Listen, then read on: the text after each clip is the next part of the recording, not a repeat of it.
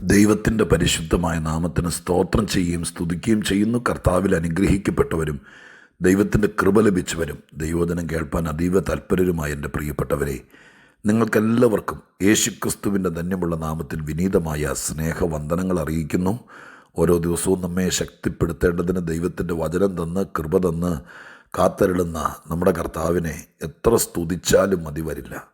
എങ്കിലും ദൈവത്തിൻ്റെ സന്നിധിയിൽ എളിയവരായ നമ്മൾ ഒരുമിച്ച് ഓരോ അവസരങ്ങളിലും ദൈവത്തിന് സ്തോത്രം ചെയ്യുവീൻ എന്നുള്ള ദൈവവചന പ്രകാരം നന്ദി നിറഞ്ഞ ഹൃദയത്തോടെ, സ്തോത്രത്തോടെ, സ്തുതിയോടെ, മഹത്വത്തോടെ കർത്താവിന് സകല പുകഴ്ചയും അർപ്പിച്ചുകൊണ്ട് ഇന്ന് പകലിൽ ദൈവവചനം കേൾപ്പാൻ തൽപരരായിരിക്കുന്ന പ്രിയപ്പെട്ടവർക്ക് ക്രിസ്തുയേശുവിൻ്റെ നാമത്തിൽ വന്ദനം അറിയിക്കുന്നു. ഒരു പ്രാവശ്യം കൂടെ എൻ്റെ ഹൃദയത്തിൻ്റെ ആഴത്തിൽ നിന്ന് മഹാദൈവത്തിന് മഹത്വം കരയേറ്റിക്കൊണ്ട് ഇന്ന് നാം ഒരുമിച്ച് ചിന്തിപ്പാൻ ആഗ്രഹിക്കുന്ന ദൈവവചനത്തിലേക്ക് ഞാൻ നിങ്ങളുടെ ശ്രദ്ധയെ തിരിക്കാൻ കർത്താവിൽ ശരണപ്പെടുന്നു. സഭാപ്രസംഗിയുടെ പുസ്തകം 11-ാം അധ്യായം 5-ാമത്തെ വാക്യം ഞാൻ നിങ്ങളെ വായിച്ചു കേൾപ്പിക്കാം. സഭാപ്രസംഗി 11-ാം അധ്യായം 5-ാമത്തെ വാക്യം. കാറ്റിൻ്റെ ഗതി എങ്ങോട്ടെന്നും ഗർഭിണിയുടെ ഉദരത്തിൽ അസ്ഥികൾ ഉരുവായി വരുന്നത് എങ്ങനെയെന്നും നീ അറിയാത്തതുപോലെ സകലതും ഉണ്ടാക്കുന്ന ദൈവത്തിൻ്റെ പ്രവൃത്തികളെ നീ അറിയുന്നില്ല.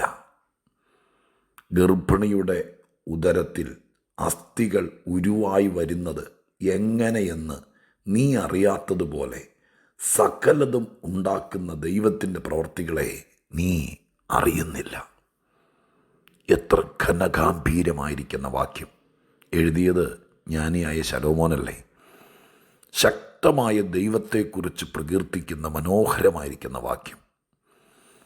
ഈ വാക്യത്തിൻ്റെ കേന്ദ്രീകൃതമായിരിക്കുന്ന കാര്യം കാറ്റിനെക്കുറിച്ചോ ഗർഭിണിയെക്കുറിച്ചോ ഗർഭിണിയുടെ ഉദരത്തിൽ അസ്ഥി ഉരുവാകുന്നതിനെക്കുറിച്ചോ ഒന്നുമല്ല. അതൊക്കെ ഉദാഹരണങ്ങൾ മാത്രം. എന്നാൽ ഈ വാക്യത്തിൻ്റെ ഉള്ളടക്കം ദൈവത്തിൻ്റെ പ്രവർത്തികൾ, സകലതും ഉണ്ടാക്കുന്ന ദൈവത്തിൻ്റെ പ്രവർത്തികൾ നീ അറിയുന്നില്ല.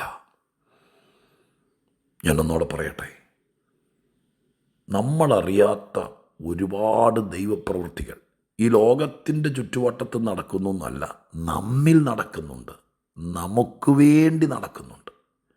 ആ കാര്യമാണ് ഈ വാക്യം ഊന്നിപ്പറയുന്നത്. ഭൂമി ഉണ്ടായതെങ്ങനെയാണ്? ആകാശത്ത് നക്ഷത്രങ്ങൾ താഴെ വീഴാതെ നിൽക്കുന്നത് എങ്ങനെയാണ്? ഈ വകക്കാർ കടലെല്ലാം കൂടി കയറി ഭൂമിയിലെ മുക്കിക്കടയാത്ത എങ്ങനെയാണെന്നുള്ള അതൊക്കെ ദൈവപ്രവൃത്തികൾ തന്നെ. അതല്ല ഇവിടെ ഈ വാക്യത്തിൽ ശലോമോൻ ഉദ്ദേശിക്കുന്നത്. കഴിഞ്ഞുപോയ ദൈവപ്രവൃത്തികളോ ദൈവം ചെയ്തു വെച്ച കാര്യങ്ങളുടെ മഹാത്ഭുതങ്ങളെ അല്ല ഇത് വർണ്ണിക്കുന്നത്. സാധുക്കളിൽ സാധാരണക്കാരായ ഞാനും നിങ്ങളും ഈ ഭൂമിയിൽ ജീവിച്ചിരിക്കുമ്പോൾ ഈ വാക്യം ഒന്നാമത് എന്നോട് പറഞ്ഞു, ദൈവപ്രവൃത്തികൾ നിന്നിട്ടില്ല എന്ന്.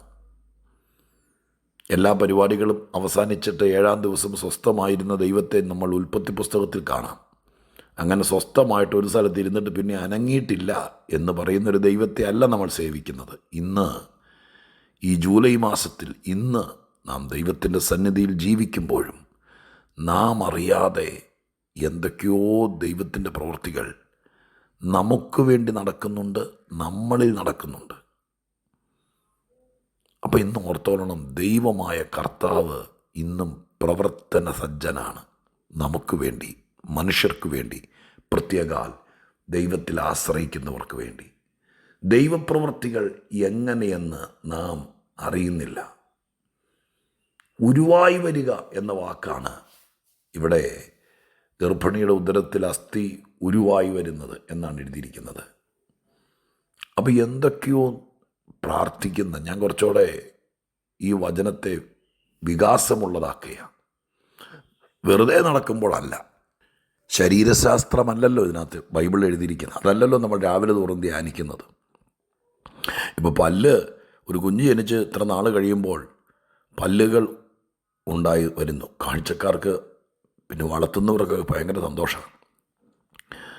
എങ്ങനെ 32 പല്ലുകൾ വായിൽ വന്നേ എന്നതല്ല ഇവിടെ പറയുന്നത്. അസ്ഥിയെല്ലാം ജനിക്കുമ്പോൾ തന്നെ ഉണ്ടാകുന്നില്ല. പിന്നീട് നമ്മുടെ ശരീരത്തിൽ എണ്ണം കൂടുകയോ കുറവൊക്കെ ചെയ്യുന്നതൊക്കെ ശാസ്ത്രീയമായ കണക്കുണ്ട്. അതുമല്ല ഇവിടെ പറയുന്നത്. പിന്നെയോ ഈ വാക്യത്തെ ഞാൻ കുറച്ചുകൂടെ ആത്മീകവൽക്കരിക്കുക.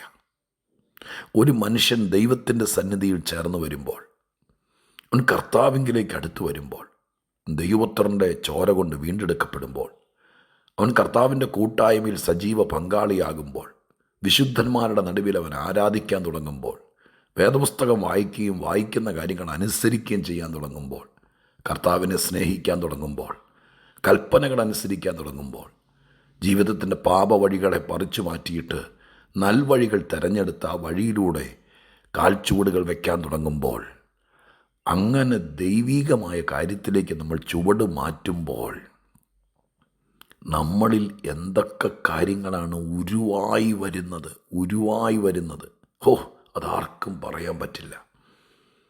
നിങ്ങൾ കർത്താവിനെ സ്വീകരിച്ച് രക്ഷിക്കപ്പെട്ടവരാണെങ്കിൽ ഞാൻ ഈ പറയുന്ന വാക്കുകൾ നിങ്ങളൊന്ന് പുറകോട്ട് നോക്കി വിലയിരുത്താമോ?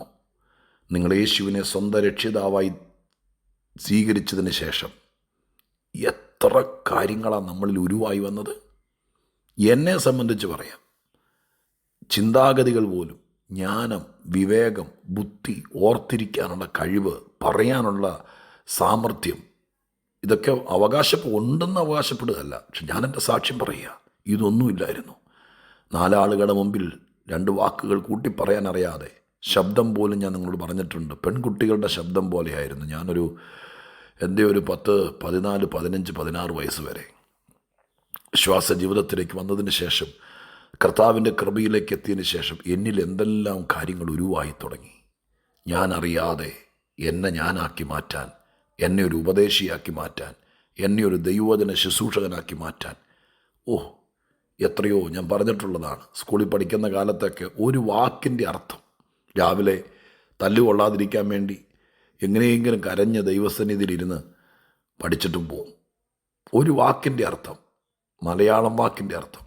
പക്ഷേ സ്കൂളിൻ്റെ പടി കാണുമ്പോൾ എങ്ങോട്ട് പോയെന്നറിയില്ല, ബാഷ്പീകരിച്ചു. ഒറ്റ ചോദ്യത്തിന് ഉത്തരം ഞാൻ സ്കൂളിൽ പറഞ്ഞതായിട്ട് ഇന്ന് വരെ ഓർക്കുന്നില്ല. ഞാൻ എന്നെ തന്നെ കൊച്ചാക്കുകയല്ല, അപമാനിക്കുകയല്ല, എൻ്റെ ഗതികേട് പറയുക. സ്കൂളിൽ പഠിച്ച കാലത്ത് സാറ് ചോദിച്ച ഒരു ചോദ്യത്തിൻ്റെ ഉത്തരം പോലും പറഞ്ഞതായിട്ട് എൻ്റെ ഓർമ്മയിലില്ല.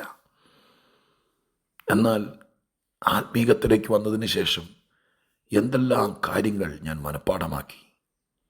ആളുകൾ ചോദിക്കുന്ന എത്രയോ ആത്മീക കാര്യങ്ങളുടെ മറുപടി ചോദിക്കുമ്പോൾ തന്നെ പറയാൻ എന്നെ ദൈവം പ്രാപ്തനാക്കി.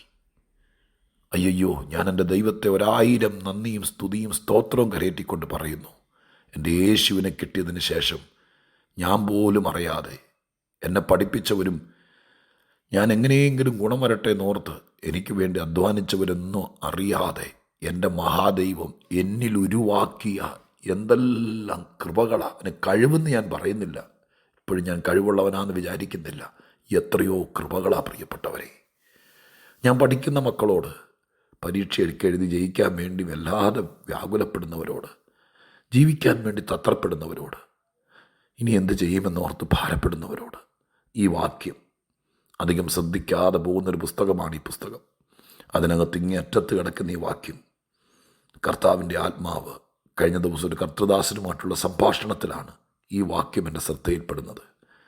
ഞാൻ ഇന്ന് രാവിലെ ആ വാക്യം എടുത്ത് വെച്ച് ധ്യാനിക്കുമ്പോൾ എന്നിലേക്ക് നോക്കാൻ, നിങ്ങളോടത് പറയാൻ, എന്നിലേക്ക് നോക്കാൻ ദൈവം ആവശ്യപ്പെട്ടു.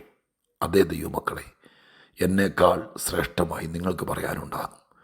എൻ്റെ യേശുവിനെ അറിഞ്ഞ ശേഷം ഞാൻ പോലും അറിയാതെ, ഇന്നും അറിയില്ല, പലരും ചോദിച്ചാൽ എനിക്കറിയില്ല എവിടെ നിന്നാണ് ഇതൊക്കെ ഉണ്ടായത്. ഞാൻ നിമിത്തം എന്നിൽ, എൻ്റെ കുഞ്ഞുങ്ങളിൽ, ഞാൻ വന്നു പാർക്കുന്ന സ്ഥലത്ത്, ഞാൻ ശുശ്രൂഷിക്കുന്ന സഭയിൽ, ഇപ്പം ഞാൻ ഇരിക്കുന്ന ഈ കോമ്പൗണ്ടിൽ, ഇതൊക്കെ എങ്ങനെ ഉരുവായി വന്നു. ഉണ്ടായി എന്നുള്ള വാക്ക് ഞാൻ ഉപയോഗിക്കുന്നില്ല, കിട്ടി എന്നുള്ള വാക്ക് ഉപയോഗിക്കുന്നില്ല.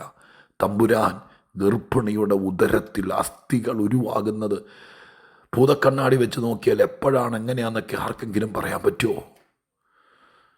ദൈവം തമ്പുരാനെ, അതുപോലെ എത്രയോ കാര്യങ്ങൾ പ്രാർത്ഥനയിൽ, ഉപവാസത്തിൽ, ആരാധനയിൽ, ആത്മീകതയിൽ തുടരുമ്പോൾ എത്രയോ കാര്യങ്ങളാണ് നമ്മിൽ ഉരുവാകുന്നതെന്നറിയോ?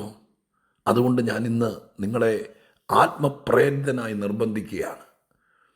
നാം അറിയാത്ത എന്തൊക്കെയോ ദൈവപ്രവർത്തികൾ ഈ ദിവസങ്ങളിൽ, പ്രത്യേകിച്ച് ഉപവാസ പ്രാർത്ഥനയിൽ ഇന്ന് 16ാമത്തെ ദിവസം കർത്തൃപാദപീഠത്തിലിരിക്കുമ്പോൾ, എൻ്റെ ദൈവമക്കളെ, പ്രാർത്ഥിക്കുന്നവരെ, ഓൺലൈനിലാണെങ്കിലും ദൂരത്തിരുന്നുകൊണ്ട് വാച്ച് ചെയ്യുന്നവരെ, ദൈവസന്നിധി പറയാം. എന്തൊക്കെയോ നമ്മളിൽ ഉരുവാകുന്നുണ്ട് കേട്ടോ. ഭയങ്കര സംഭവങ്ങൾ, നാളേക്കുള്ള നന്മകൾ, നിന്നെ നേരെ നിർത്താൻ. അസ്ഥി എന്തിനാ? നേരെ നിർത്താനുള്ളതല്ലേ, ബലപ്പെടുത്താനുള്ളതല്ലേ. ശരീരഘടനയെ രൂപപ്പെടുത്തി തലയെടുപ്പോടെ രണ്ട് കാലയിൽ ഉറച്ചു നിൽക്കാനുള്ളതല്ലേ അസ്ഥി. ആരും കാണുന്നില്ല അത് പുറത്ത്. അപ്പം ഞാൻ ദൈവാത്മാവിൽ പറയാം, നിന്റെ അകത്ത് നിന്നെ നേരെ നിർത്താനുള്ള എന്തോ തമ്പുരാൻ ഈ പ്രാർത്ഥനയ്ക്കകത്ത് ഉരുവാക്കുന്നുണ്ട്. അസ്ഥികളില്ലായിരുന്നെങ്കിൽ പ്ലാസ്റ്റിക് ചാക്കിനകത്ത് പകുതി വെള്ളം നിറച്ച് ഒരു മൂലയിലിട്ടിരിക്കുന്നവരെ ബളബളാന്ന് കിടന്നതിനെ ഇറച്ചി മാത്രം. പക്ഷെ എന്നെ നേരെ നിർത്തുന്നത്, എന്നെ മുന്നോട്ട് നടത്തുന്നത്, എന്നെ ഓടിക്കുന്നത്, എന്നെ മുകളിലേക്ക് ചവിട്ടി കയറുമാറാക്കുന്നത് എൻ്റെ അകത്തുള്ള അസ്ഥിയല്ലേ. അപ്പം അതുകൊണ്ട് ആത്മീക വ്യാഖ്യാനം തന്ന് ഞാൻ അവസാനിപ്പിക്കാം. പ്രാർത്ഥിക്കുന്നവൻ്റെ ഉള്ളിൽ അവനെ മുകളിലേക്ക് ചവിട്ടിക്കയറാൻ, അവനെ ശക്തനാക്കി എഴുന്നേറ്റ് നിർത്താൻ, അവനെ മുന്നോട്ട് കാൽച്ചുവടുകൾ വയ്ക്കാൻ, അവനെ ഓടി ചിലതിൻ്റെ മുമ്പിൽ കയറാൻ അസ്ഥികൾ ഇല്ലാതെ പറ്റില്ല. നിൻ്റെ അകത്ത് നിന്നെ വിജയതാരമാക്കാൻ എന്തോ ഉരുവായി വരുന്നുണ്ട് കേട്ടോ. ഉരുവായി വരുന്നുണ്ട്. നാം അറിയാതെ ചിലത് ഉരുവായി വരുന്നുണ്ട്. നമ്മൾ പോലും അറിയാതെ നമ്മളിൽ ചിലത് ദൈവം ഉരുവാക്കുന്നുണ്ട്. ദൈവം ഒരാൾക്ക് വേണ്ടി പ്രവർത്തിക്കുന്നത് പോലല്ല മറ്റൊരാൾക്ക് വേണ്ടി പ്രവർത്തിക്കുന്നത്. നാം അറിയാതെ ദൈവപ്രവർത്തികൾ നമ്മിൽ നടക്കുന്നു. പ്രിയപ്പെട്ടവരെ, വിശ്വസിക്ക്. ഈ ദിവസങ്ങളിൽ, ഈ ജൂലൈ മാസത്തിൽ എന്തൊക്കെയോ നിന്നിൽ ദൈവം ഉരുവാക്കുന്നു. നിന്നെ കരുത്തനാക്കാൻ, ജയാളിയാക്കാൻ, കഴുത്ത് നേരെ നിൽക്കാൻ, തല ഉയർത്തിപ്പിടിക്കാൻ, വളയാതെ നിൽക്കാൻ എന്തോ നിന്നിൽ ഉരുവാക്കുന്നുണ്ട്. വിശ്വസിക്ക്. ഞാൻ നിങ്ങൾക്ക് വേണ്ടി പ്രാർത്ഥിക്കാം. പരിശുദ്ധ ദൈവമേ, ഞങ്ങളുടെ സ്വർഗീയ പിതാവേ, ഞങ്ങളുടെ ജീവിതത്തിൽ ഞങ്ങളെ ഞങ്ങളാക്കാൻ ഞങ്ങൾ പോലും അറിയാതെ അങ്ങയുടെ സന്നിധിയിലിരിക്കുമ്പോൾ ഞങ്ങളിൽ അങ്ങ് ഉരുവാക്കുന്ന അസാധാരണത്വത്തിനായി നന്ദി. ഇത് കേൾക്കുന്നവരിലൊക്കെ, പ്രത്യേകിച്ച് പ്രാർത്ഥനകളിൽ ഈ ദിവസങ്ങൾ ഉറ്റിരിക്കുന്നവരിൽ, എൻ്റെ പൊന്നു കർത്താവ്, ഞങ്ങളെ മുന്നോട്ട് ഓടിക്കാനുള്ളത് ആ കരുത്തിനും ശക്തിക്കും വേണ്ടത്, ഞങ്ങളുടെ രൂപത്തിനും രൂപാന്തരത്തിനും വേണ്ടത് ഞങ്ങളറിയാതെ ഞങ്ങളിൽ ഉരുവാക്കുന്ന വിവരം ഇന്ന് ഞങ്ങളെ അറിയിച്ചതിന് നന്ദി. ഞങ്ങളത് വിശ്വസിക്കുന്നു. അതുപോലെ ഞങ്ങളായിത്തീരും. പ്രാർത്ഥന കേട്ടതിന് നന്ദി. യേശുവിൻ നാമത്തിൽ തന്നെ. ആമേൻ.